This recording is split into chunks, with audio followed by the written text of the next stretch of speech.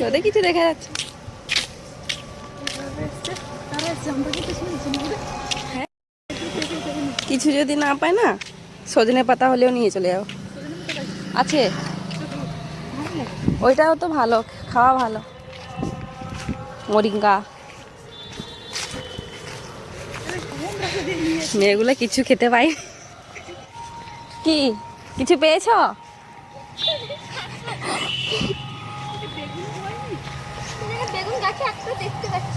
সব নিয়ে পালিয়ে গেছি। তো এই দেখো আমাদের এটা হচ্ছে কিচেন গার্ডেন। কিচেন গার্ডেনে কোনো সবজি নেই, সবজির পাতা আছে, সব নিয়ে চলে গেছে সব মেয়েরা। আর আমি আজকে আসছি, আজকে ফার্স্ট টাইম আসছি, আর কোনো সবজি নেই। দেখি কী কী পাতা টাতা পাই, যদি নিয়ে যাব।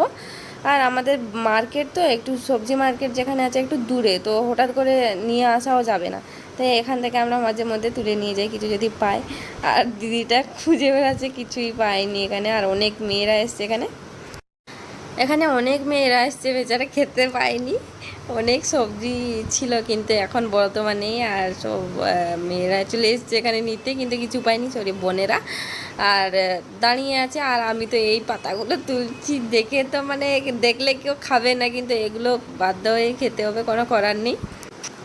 যাকে প্রথমে এরা কেউ তুলছিল না, আমাকে তুলতে দেখে এরাও তুলতে শুরু করে দিয়েছে, কোনো করার নেই। দেখে তো খারাপ লাগছে এদেরকে। হয়তো বাড়িতে যেগুলো ফেলে দিতাম, গরু ছাগলকে দিয়ে দিতাম, সেগুলোই এখন তুলে তুলে খাচ্ছি আমরা। আর হচ্ছে কোনো করার নেই, পরিবেশ আর পরিস্থিতির সাথে তো মানিয়ে নিতেই হবে, না খেয়ে থাকতে হবে।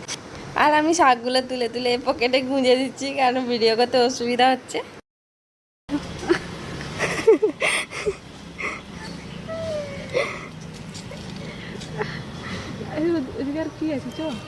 চলো। কি ঢেঁড়স? ঢেঁড়স হয়নি না, হয় ঢেঁড়সের ফুল। হচ্ছে হচ্ছে, এবার থাক কিছুদিন বড় হোক, এটা গায়েব হয়ে যাবে দেখবে।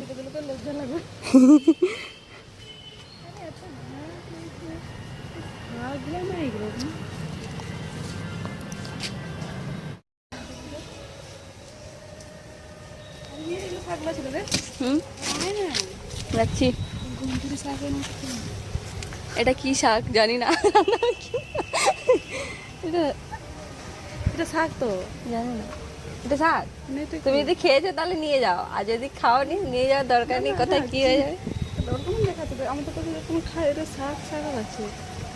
বাড়িতে ফটো করে পাঠিয়ে দাও, নিয়ে যাও বাড়িতে ফটো করে, জিজ্ঞেস করো এটা খাওয়া হয়, এটা কি খাবো, নয় সোজা একদম। এতে কুমড়ো পাতা এখানে আছে।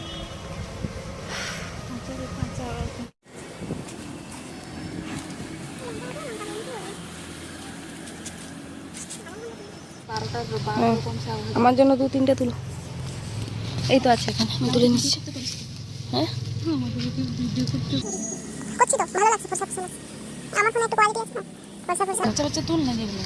ও আচ্ছা, আমি বুড়া বুড়া তুলছি।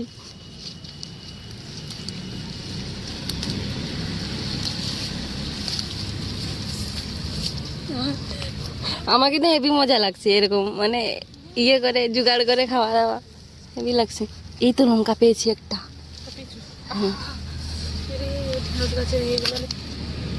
এটা লঙ্কা তো? হ্যাঁ তো লঙ্কা গাছ, লঙ্কা তো। আমি কিন্তু গাছটা ভাঙিনি, এটা ভাঙা ছিল।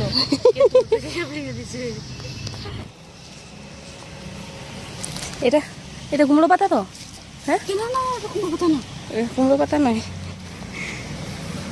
এটা মনে হচ্ছে তো কুমড়ো পাতা। দেখো সেটা, এটা এইটুকু গোল গোল কি যে কি হয় না, সেটা তো। ও আচ্ছা, চলো তাহলে জঙ্গল থেকে বেরাও বেরাও, সেদিকে চলো, সেদিকে।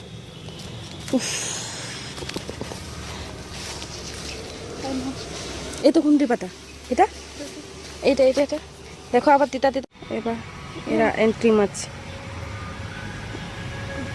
আমার ফোন কিন্তু প্রচুর হিট হয়েছে, আর রোদে গরম হয়ে গেছে। সুন্দর দেখে, সুন্দর দেখে।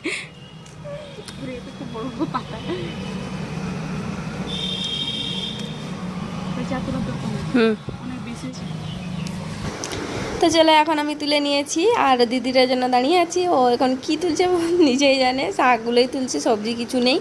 আর আমার তো খুব মজা লাগছে, পিকনিক পিকনিক লাগছে। এই 20 দিনের এরকম আমরা এভাবেই করছি, মানে সবজি হয়তো নিয়ে আসছি তারপর শেষ হয়ে যাচ্ছে, তারপরে এ রুমে তার রুমে গিয়ে ধার চাওয়া হেভি মজা লাগছে, কিন্তু একার জন্য সম্ভব। চোর চোর লাগছে দুজনকে।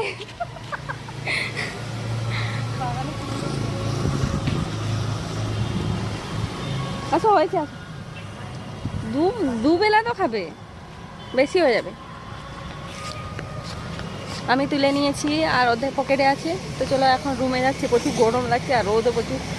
আর অনেক মেয়েরা এসেছিলো এখানে, কিছু পাইনি, পালিয়ে চলে গেছে।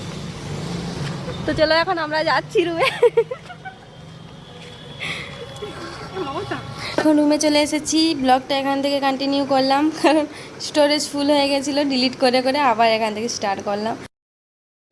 এখন এই চালটা ধুয়ে নিচ্ছি, একজনের দুবেলা খাবো, দেখি জানি না, আন্দাজে চাল দিয়ে নিয়েছি। করছি রান্না। ও দেখতে যাবো কি রান্না করছিলে।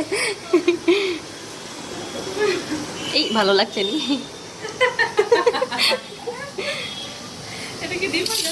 না বড়ি ভাজা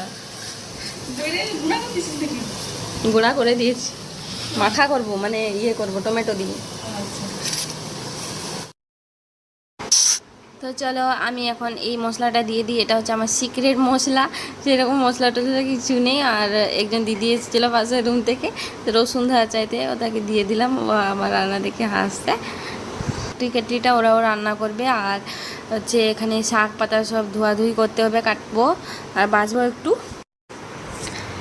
তো এখন আমি স্নান করে চলে এসেছি, বাকি শাক ভাজাটা বাকি আছে, আর তারপর খেয়ে নেবো। সকাল থেকে কিছু খাইনি, শুধু ছোলা খেয়ে টিউশন গিয়েছিলাম, আবার এসে রান্নাবান্না শুরু করে দিয়েছি।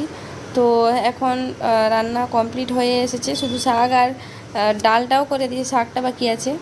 আর সত্যি কথা বলতে আমার শাক ভাজা ডাল এই দুটো জিনিস, আর হচ্ছে টি বানাতে, মানে চা হয়তো একটু একটু বানিয়ে ফেলি ভালো। আর শুধু শাক ভাজা আর ডাল বানাতে, মানে ডালের তরকারি আমি একদম পারি না। না হয় মানে যা তরকারি দেখেছি আর যা তরকারি এখন অবধি খেয়েছি সবগুলোই পারি আর টেস্টও হয়, কিন্তু এই দুটো জিনিস আমি কেন তা পারি না জানি না। আজকে এই দুটো জিনিসই আবার রান্না করছি, তো কোনো ভয়ের কিছু নেই, আমি নিজেই খাবো, অন্যকে খাওয়ালে ভয় ভয় লাগতো, যেমন হলে আমি খেয়ে নেবো। আর আমি এখন গার্নিশিং ঘরে আমি পাশের রুমে দেখতে গেছিলাম ওরা কি রান্না বান্না শেষ করলো কি না, খাচ্ছে কি না, তো একই সাথে খাবো বলে গেছিলাম। আর এখানে স্যালাড বানাতে ভুলে গেছিলাম, স্যালাড বানাচ্ছি এখন। আর এই লেবুগুলোর দাম এখানে 10 টাকা 10টা লেবু, তো ভালো লেবুটাও, অনেক দিন ছিল এই লেবুটা, তবুও কিছু হয়নি। তো এখন লেবুটা কেটে নিচ্ছি, এখন খাবো। আর চলো এখন এই ব্লগটা এখানে এন্ড করবো। ভিডিও বানাতে বানাতে খেতে আমার একদম ভালো লাগে না, কেউ কাছে থাকলে তাকিয়ে থাকলে খেতেই পারি না, আবার ভিডিওতে দূরের কথা। তো চলো সবাই ভালো থাকো, সুস্থ থাকো। আর কারা কারা এরভাবে হোস্টেল লাইফ কাটিয়েছো, জানি হোস্টেলে এরকম নিজেদেরকে রান্নাবান্না করতে হয় না, তাও কোনো করার নেই, পরিস্থিতি এরকমই এসেছে যে আমাদের নিজেদেরকেই রান্না করতে হচ্ছে। তো অবশ্যই কমেন্ট করে জানাবে কারা কারা হোস্টেলে এরকম ছিলে। তো টাটা বাই, সবাই ভালো থাকো, সুস্থ থাকো।